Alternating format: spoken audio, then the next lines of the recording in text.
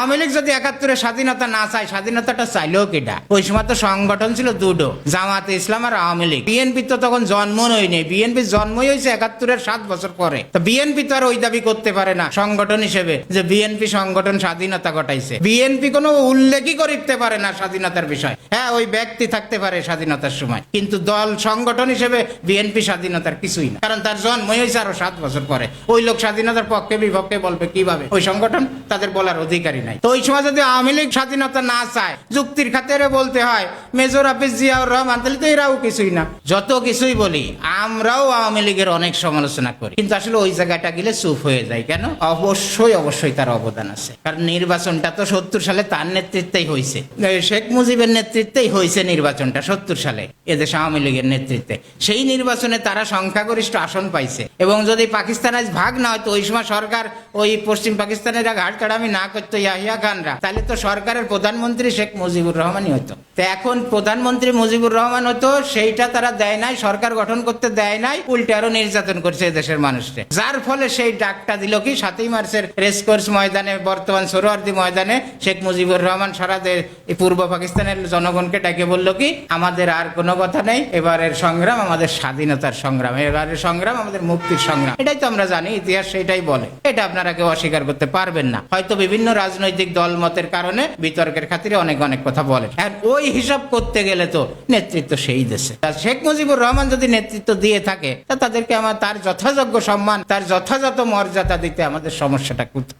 পাকিস্তানের জাতির পিতা কায়েদে আজম মোহাম্মদ আলী জিন্নার সাহেবের ৪৭-এর পরে আরো মনে হয় 10টা দলের সরকার আইসে গেছে, এখনো আছে। আজ পর্যন্ত তার টাকাতে ছবি পাল্টাই নেই, তার জাতির পিতা হিসেবে তার ছবি সমস্ত জায়গায় টানানো আছে, থাকবেও ভবিষ্যতে। মহাত্মা গান্ধী কংগ্রেসের নেতা ছিলেন। আজ ৭৮ বছর ইন্ডিয়া স্বাধীন হয়েছে, তাকে বলা হয় ইন্ডিয়ান জাতির পিতা। মহাত্মা গান্ধীর সর্বে বিরোধী দল, রাজনৈতিক প্রতিপক্ষ যারা একজন আর একজনের নাম শুনতে পারে না, সেই বিজেপি বর্তমান দীর্ঘদিন ক্ষমতায়, সেই বিজেপিও আজ পর্যন্ত মহাত্মা গান্ধীর ছবি নিয়ে কোনো কথা বলতে পারে নাই।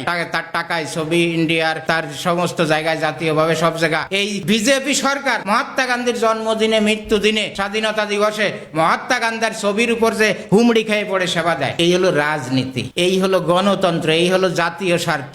আর এখানে আজকে শেখ মুজিব স্বাধীনতার ঘোষণা দিছিল, কালকে আর একজন এসে বলবে না জিয়াউর রহমান ঘোষণা দিয়েছে, একজন বলবে শেখ মুজিব তো ইচ্ছা করে গ্রেপ্তার হয়ে পাকিস্তানে চলে গেছিল, সে তো যুদ্ধ করে নাই, পাকিস্তানে রাতে খাইছে, ঘুমাইছে, জেলখানার কথা বলে, আর সব জিয়া করেছে।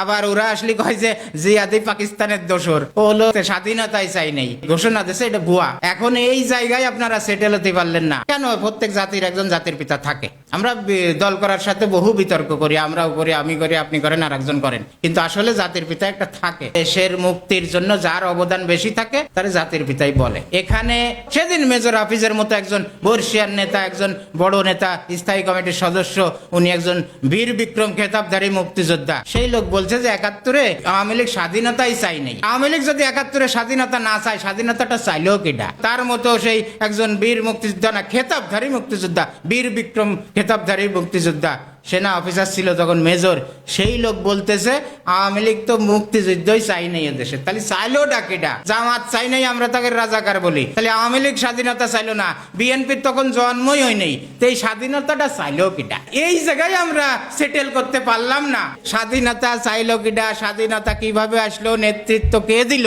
আমি তো ধরে নেব যুক্তির খাতিরে, যেহেতু বিএনপির জন্মই হয়েছে 7 বছর পরে ৭১-এর, তাহলে ধরে নেব ওই সময় সংগঠন ছিল দুটো, আওয়ামী লীগ এবং জামাত। তো জামাত আমরা বলি যে স্বাধীনতার বিরুদ্ধে ছিল, তাহলে আওয়ামী লীগ পক্ষে ছিল, আর আওয়ামী লীগ পক্ষে ছিল এই জিয়াউর রহমান, ওই মেজর হাফিজ, ওই সমস্ত মীর শওকত আলী টালি, সবাই তাহলে আওয়ামী লীগ করতো।